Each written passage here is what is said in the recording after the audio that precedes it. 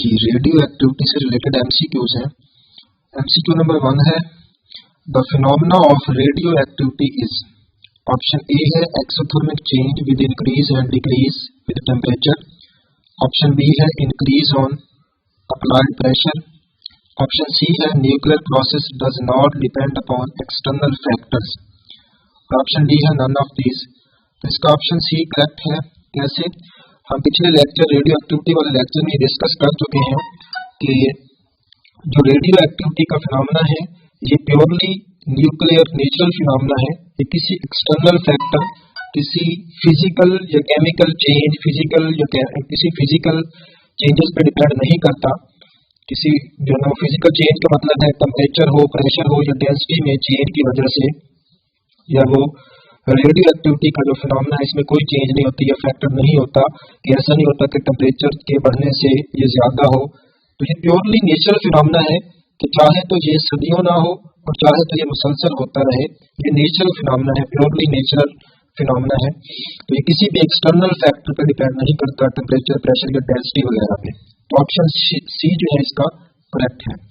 Next MCQ है, elements having atomic number greater than dash are radio active.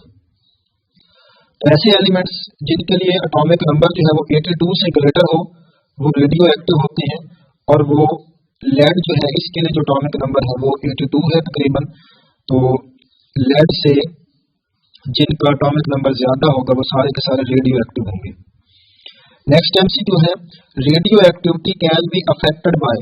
ये वही पहले एमसीक्यू से रिलेटेड है, उसी तरह का है। पहला option A chemical change, physical change, both physical and chemical change. Option D none of these. तो ऑलरेडी बता चुके हैं कि रेडियो एक्टिविटी जो है वो किसी फिजिकल या केमिकल चेंज से अफेक्टेड नहीं होती क्योंकि ये प्योरली नेचुरल फिनोमेना है। लिहाजा option D is correct, none of these. Next MCQ है, with the emission of an electron from the atomic orbit, the neutron to proton ratio। तो न्यूट्रॉन टू प्रोटॉन रेशियो में change कब आएगी? जब हम nucleus को छेड़ेंगे। न्यूक्लियस के अंदर से कोई बीटा पार्टिकल या कोई और रिएक्शन होगा तो उससे क्या होगा, न्यूट्रॉन टू प्रोटॉन रेशियो में फर्क आएगा। इलेक्ट्रॉन एटम के बाहर जो ऑर्बिट होता है, ऑर्बिट के अंदर इलेक्ट्रॉन को एमिट करने से सिंपली वो वाला जो एटम होगा वो पॉजिटिव आयन बन जाएगा। तो उसकी न्यूट्रॉन टू प्रोटॉन रेशियो में कोई फर्क नहीं आएगा। लिहाजा neutron to proton ratio remains same. Next MCQ है, with the emission of 2 beta negative and 2 alpha particles the neutron to proton ratio. देखिए सबसे पहले यहाँ पे हमने देखना है कि कोई भी हमारे पास जो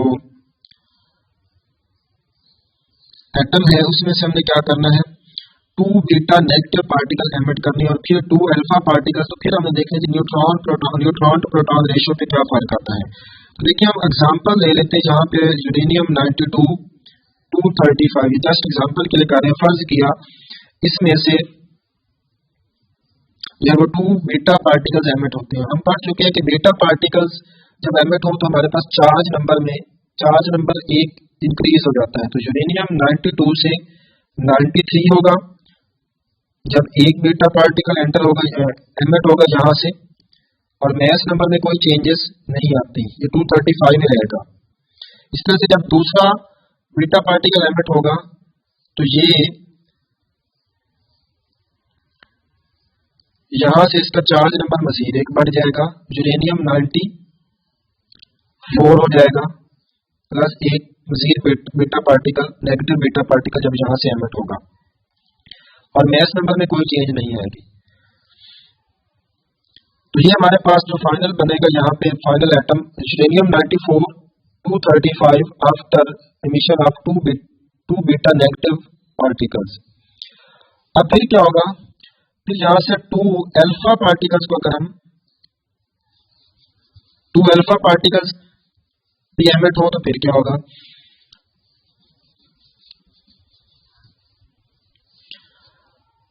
तो 2 अल्फा पार्टिकल जब एमिट होंगे यहाँ से, अभी ये बचा था यूरेनियम 94 235, तो इसमें से 2 अल्फा पार्टिकल्स जब एमिट होंगे, हमें पता है अल्फा पार्टिकल जब एमिट होता है, एक अल्फा पार्टिकल्स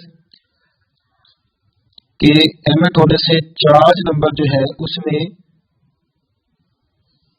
चार्ज नंबर जब 2 डिक्रीज हो जाता है तो 94 से फिर 92 हो जाएगा और मैस नंबर जो है वो 4 डिक्रीज होता है 231 हो जाएगा प्लस एक अल्फा पार्टिकल। इसी तरह से जो हमारे पास मजीद एक बीटा पार्टिकल जब एमिट होगा, एक अल्फा पार्टिकल मजीद एमिट होगा यहाँ से, तो ये बन जाएगा हमारे पास 92 से मजीद 92 में से मजीद चार्ज नंबर 2 माइनस होगा तो ये बन जाएगा 90 और यहाँ से मजीद मैस नंबर 4 डिक्रीज होगा तो ये बच जाएगा 227।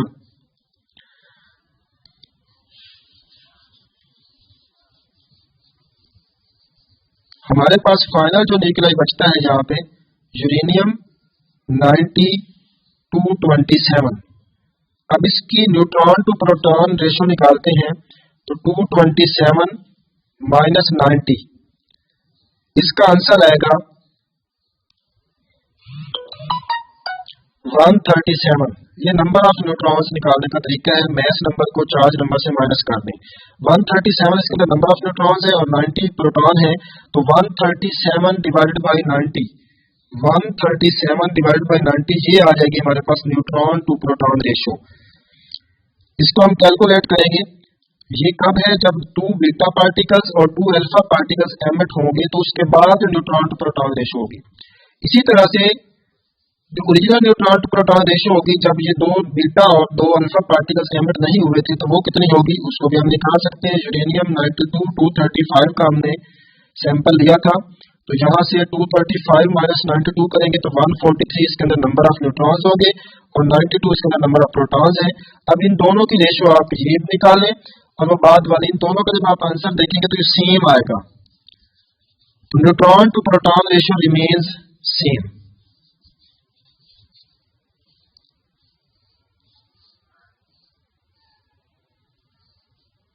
नेक्स्ट एमसीक्यू है when a triton capture a proton it becomes.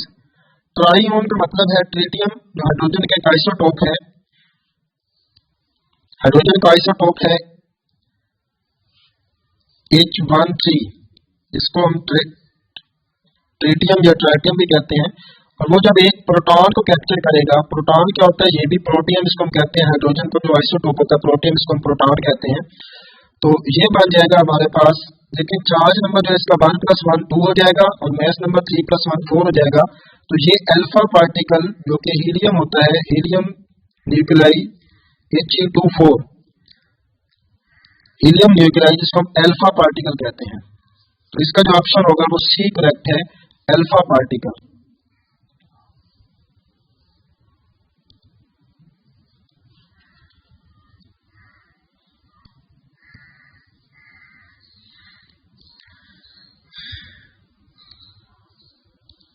Next MCQs है a beta particle is emitted by a radio active nucleus at the time of conversion of.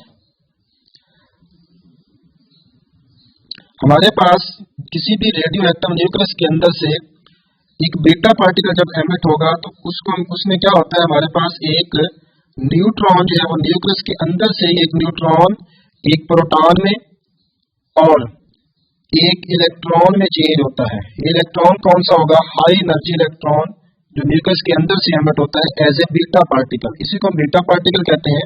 असल में nucleus के अंदर क्या होता है, एक न्यूट्रॉन एक प्रोटॉन और एक इलेक्ट्रॉन में चेंज होता है। इसके ऊपर भी प्रोटॉन के ऊपर +1 चार्ज होता है और इलेक्ट्रॉन के ऊपर -1, तो +1 और -1 नेट चार्ज 0 हो जाएगा। और न्यूट्रॉन के ऊपर भी नेट चार्ज क्या होता है, 0 होता है। तो ये बैलेंस इस तरह से चार्ज के लिहाज से जो है वो इक्वेशन बैलेंस हो जाएगी, इस तरह से मैस के लिहाज से भी बैलेंस होगी, क्योंकि न्यूट्रॉन का जो मैस है वो ज्यादा है, प्रोटॉन का मैस जो है वो न्यूट्रॉन से थोड़ा सा कम है, और उसके बरक्स हमारा जो इलेक्ट्रॉन का मैस है वो प्रोटॉन से 1836 गुना कम है। प्रोटॉन का मैस जो है वो इलेक्ट्रॉन से 1836 गुना ज्यादा है। तो ये law of conservation of mass, energy और law of conservation of charge तीनों को जो है वो तीनों के लिए ये वैलिड है इक्वेशन। लिहाजा हमारे पास बीटा जब पार्टिकल एमिट होता है तो उस वक्त एक न्यूट्रॉन, एक प्रोटॉन और एक बीटा पार्टिकल जो कि हाई एनर्जी इलेक्ट्रॉन होता है उसमें चेंज होता है। तो इसका ऑप्शन सी करेक्ट होगा कि न्यूट्रॉन जो है वो प्रोटॉन में चेंज होता है, जिसकी वजह से क्या होता है, बीटा पार्टिकल एमिट होता है।